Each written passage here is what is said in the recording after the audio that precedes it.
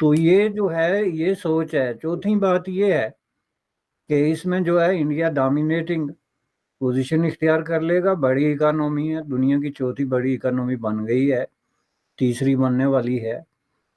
اس کے پیچھے انویسٹمنٹ کی ایک بہت بڑی طاقت ہے, اسٹیبلٹی ہے, تو ٹیکنالوجی ہے, کیا نہیں ہے جی, یو نیم اٹ. تو وہ تو ود ان 6 months یہ اس کو ٹیک اوور کر لیں گے. آپ کے پہلے سے جو کرائسس ہیں, جو بنیادی ضرورتیں جن کی وجہ سے آپ پہچانے جاتے ہیں کہ جی ہم کو جے ہند, سواگت ہے آپ کا ہمارے چینل پر ایک اور لیٹسٹ ویڈیو میں. دوستو اگر یہ ویڈیو آپ یوٹیوب پر دیکھ رہے ہیں تو پلیز آپ ہمارے چینل کو سبسکرائب کر لیجئے گا. ہم آپ کے لیے پاکستانی میڈیا کے ایک سے ایک لیٹسٹ اور مزیدار ویڈیو ہمیشہ آپ کے لیے لے کر آتے ہیں. اگر آپ فیس بک پر دیکھ رہے ہیں تو ہمارے پیج کو فالو کر لیجئے گا اور ویڈیو کو زیادہ سے زیادہ شیئر ضرور کیجئے گا. دوستو بات رہی پاکستان کی, تو پاکستان نے اب جس طرح آئی ایم ایف سے پہلی قسط لی ہے وہ لیتے ہی آپ نے دیکھا ہوگا آئی ایم ایف نے جو پاکستان کے سامنے جس طرح کی شرطیں رکھی تھی, اسی کے چلتے ہوئے پاکستانیوں پر ایک بار پھر سے ٹیکس تھوپا جائے گا اور اس سے پاکستان میں ایک بار پھر سے مہنگائی بڑھے گی. تو پاکستانی سرکار نے کسی بھی طرح سے جنتا کا دھیان بھٹکانے کے لیے ایک بار پھر سے ایک چورن پاکستانیوں کو کھلایا کہ بھارت کے ساتھ ہم جلدی ٹریڈ کھولنے جا رہے ہیں. لیکن ایسا کچھ بھی نہیں ہے دوستو. بھارت سرکار کبھی بھی پاکستان کے ساتھ لگتا رہی ہے کہ اب ٹریڈ شروع کرے گی. یہ فیصلہ پاکستان کے پردھان منتری عمران خان, پورو پردھان منتری عمران خان نے لیا تھا اور اس کا سب سے زیادہ خمیازہ پاکستانیوں کو بھگتنا پڑا. آپ نے دیکھا ہوگا کس طرح آج وہی مال پاکستانیوں کو دبئی کے راستے 4-5 گنا داموں پر مل رہا ہے. پاکستان میں اب مہنگائی آسمان چھو رہی ہے, لیکن پاکستانی سرکار اور پاکستان کی آرمی جس طرح کی اب لوگوں کے بیچ ان کی چھوی بن چکی ہے, اس کو کسی بھی طرح وہیں سے لوگوں کا دھیان بھٹکانے کے لیے اس طرح کا چورن پاکستانیوں کو کھلا رہی ہے. تو اس کو لے کر پاکستانی میڈیا میں کس طرح کی بحث چل رہی ہے, چلیے ہم آپ کو اس ویڈیو میں دکھاتے ہیں. اس سے پہلے ویڈیو کو لائک کیجیے گا, پلیز آپ ہمارا چینل بھی سبسکرائب کر لیجیے گا. چلیے کرتے ہیں ویڈیو سٹارٹ. ملا کے تو شروع ہو جائے گا کہ چل رہے ہیں جی میں آپ کے ساتھ ہوں. یہ جو رویہ ہے اس کی وجہ سے یہ جو نئی لابی کریٹ ہوئی ہے وہ یہ کہتی ہے کہ بھائی صاحب ہمیں معاف کرو, ہم نے کوئی تجارت نہیں کرنی, کچھ کرنا ہی نہیں ہے آپ لوگوں سے, آپ اپنا کام کرتے رہیں.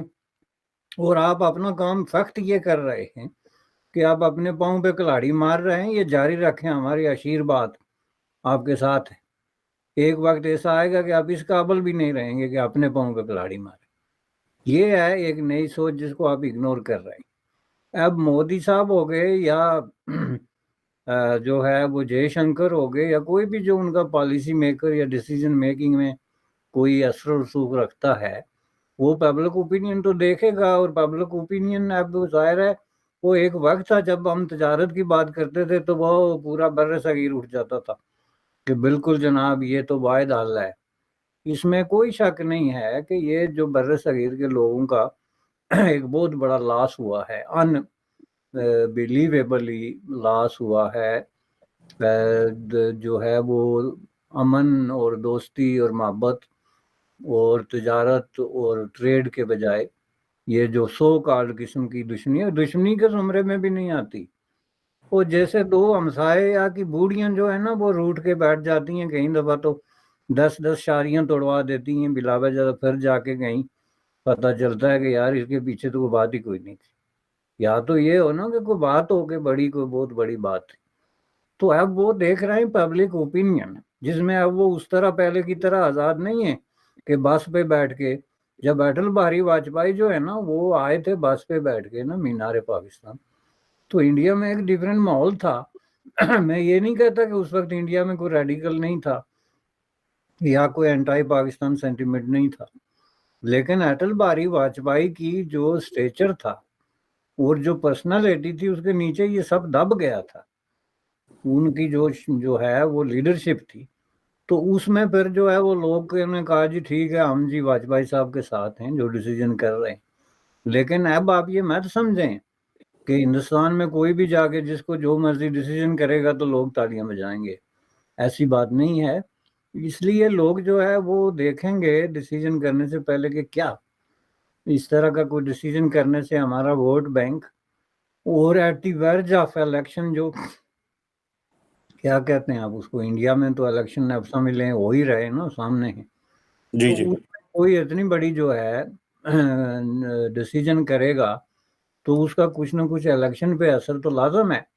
اور تیسری چیز جو ہے وہ یہ ہے ایک اور سوچ, وہ پاکستان میں تو خیر پہلے دن سے ہے جی کہ یہ تجارت کا ہمیں کیا فائدہ, تجارت کھلے گی تو انڈیا کو فائدہ ہوگا. کیوں بھائی؟ اس لیے جی کہ ہمارے پاس تو کچھ ہے ہی نہیں. ہم نے چین کے ساتھ تجارت کھولی تھی تو کون سے جناب تیر مار لیے. مارکیٹ میں کہیں چلے جائیں تو میڈ ان چائنا ہر چیز پڑی ہے. تو اس کے جواب میں آپ نے چین میں کیا بھیجا؟ تو تجارت تو دو طرفہ ہوتی ہے نا, کوئی اس کا کوئی وہ ہوتا ہے.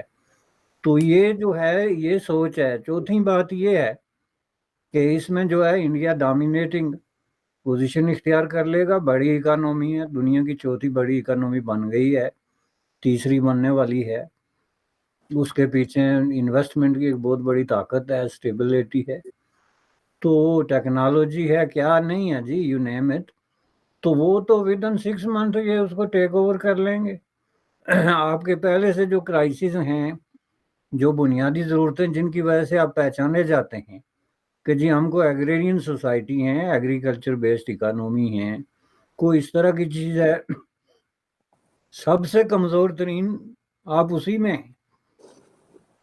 یعنی جو آپ کا سمجھ لیں ستارہ امتیاز ہے, تو اس کی اگر یہ حالت ہے تو باقی چیزوں کی کیا ہوگی. تو آپ انڈیا کے سامنے 3 مہینے سے زیادہ کھڑے نہیں رہ سکتے.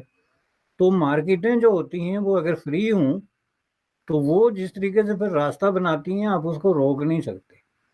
فری مارکیٹ کی بات ہو رہی ہے نا, فری مارکیٹ اکانومی ڈیولپ کی جائے انڈیا پاکستان کے درمیان, تو اس میں مارکیٹ اپنا راستہ جب خود بنائے گی تو آپ کے آلو پیاز سے لے کے تو ہر چیز آج بھی انڈیا کی جو ہے وہ پاکستان سے کہیں گنا سستی ہے. تو اس میں جو ہے وہ پاکستان کا رول کیا ہوگا. یہ وہ فیکٹر ہیں جن میں کچھ نئی سوال اٹھتے ہیں اور جنہوں نے کچھ نئی شکلیں اختیار کی ہیں. جو پہلے کی طرح وہ بلیک اینڈ وائٹ کوسچن اب یہ نہیں ہے کہ انڈیا پاکستان تجارت دوڑو جی دوڑو. اس کو اب اس طریقے سے بھی یہ سارے فیکٹر جو ہیں وہ آپ کو سامنے رکھنے پڑیں گے. پاکستان ایک گولڈن اپرچونیٹی جو ہے اس کو مس کر گیا. ہم یہ کہتے تھے کہ جب یہ انڈیا نے تجارت کھولی تھی, انٹرنیشنل بزنسز کھولے تھے 90s میں, تو ہم نے یہ کہا تھا کہ یہ پاکستان کے لیے ایک بہت بڑا چانس پیدا ہو گیا کہ یہ آنکھیں بند کر کے تو ان کی جو بینڈ ویگن ہے اس پہ چھلانگ لگا دے. جہاں وہ جا رہے ہیں وہاں پاکستان بھی پہنچے گا. ایک ہمسائے کے طور پہ اس کا جو ہے وہ خود بخود ایک راستہ کھول گیا. اس کے راستے میں آپ لوگ بندوق لے کے کھڑے ہو گئے, جس کے نتیجے میں یہ 20-30 سال ضائع ہو گئے. اور اب آپ کہتے ہیں جی ہم تجارت کھول دیں گے. اب کھولیں, بے شک کھولیں, لیکن بہرحال اس کے جو ہے وہ یہ سارے فیکٹرز جو ہیں ان کو بھی سامنے رکھنا پڑے گا. بالکل ٹھیک کہہ رہے ہیں. بس موونگ آن, بھارت کی طرف سے اکثر پوائنٹ آتا ہے کہ home shall we talk in Pakistan. Pakistan میں کیونکہ جو اکثر جو مرکز ہے طاقت کا, پاور کا جو مرکز ہے, وہ کہتے ہیں پارلیمنٹ نہیں ہے, پولیٹیشنز نہیں ہیں, دے آر پاپٹس. اور فار ایگزامپل ہم دیکھتے ہیں کہ ماضی میں ہم نے دیکھا جی باجوہ ڈاکٹرین ہے, ٹھیک ہے. سو اس میں پتہ چلا تھا کہ جنرل باجوہ چاہتے تھے کہ جنرل بپن راوت سے بات ہو, لیکن بپن راوت نے پیغام بھیجا یا کہا, this is what I think once it was reported in the New York Times, کہ جنرل باجوہ نے پیغام بھیجا لیکن انہوں نے کہا کہ ہم بات نہیں کر سکیں گے, یہ پولیٹیشنز کی ڈومین ہے. جیسے ہمارے یہاں پہ ہوتا ہے کہ امریکہ سے بات کرنی ہے, برطانیہ سے بات کرنی ہے, کس سے بات کرنی ہے, تو ملٹری لیڈرشپ بات کرتی ہے اینڈ دین وہ کرتے ہیں. انڈینز کہتے ہیں کہ ہم ملٹری لیڈرشپ سے بات نہیں کریں گے, ہم پولیٹیشین سے کریں گے. سو ایک تو وہ کہتے ہیں ہم نے پولیٹیشین سے بات کرنی ہے, لیکن پھر کس پولیٹیشین سے بات کریں, مطلب یہ بھی ایک کویسچن ہوتا ہے, کیونکہ پولیٹیشینز کی کیا کریڈیبلٹی ہے کہ نواز شریف جو ہے وہ واجپئی صاحب کو ریسیو کرے گا, بعد میں جو ہے وہ کارگل ہو جاتا ہے. تو دین وہ ایک اس طرح کے فیکٹرز بھی ہیں. سو یہ جو بھارت کا کویسچن ہے کہ home shall we talk in Pakistan,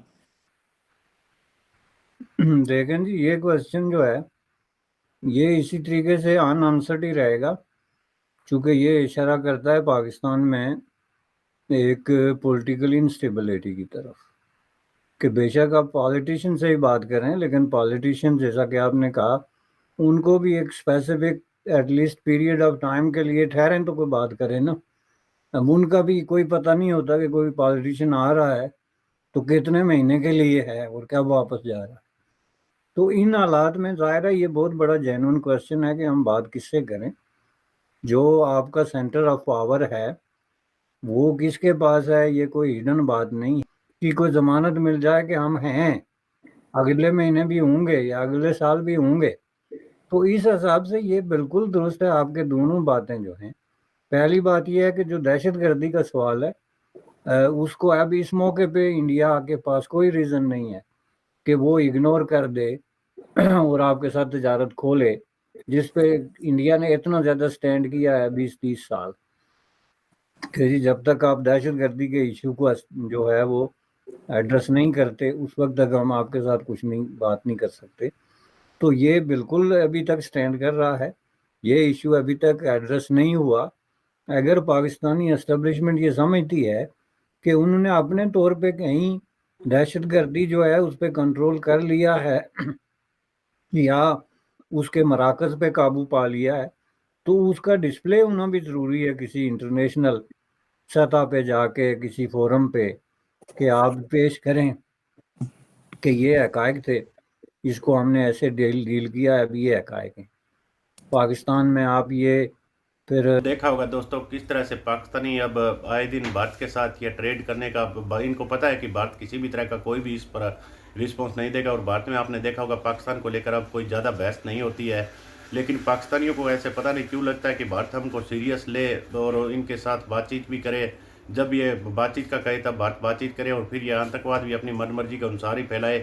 لیکن ایسا کچھ بھی نہیں ہوگا. بھارت ان کو اب بالکل سیریس لینا چھوڑ دیا ہے اور بھارت سرکار پاکستان پر کوئی بھی دھیان نہیں دے رہی ہے.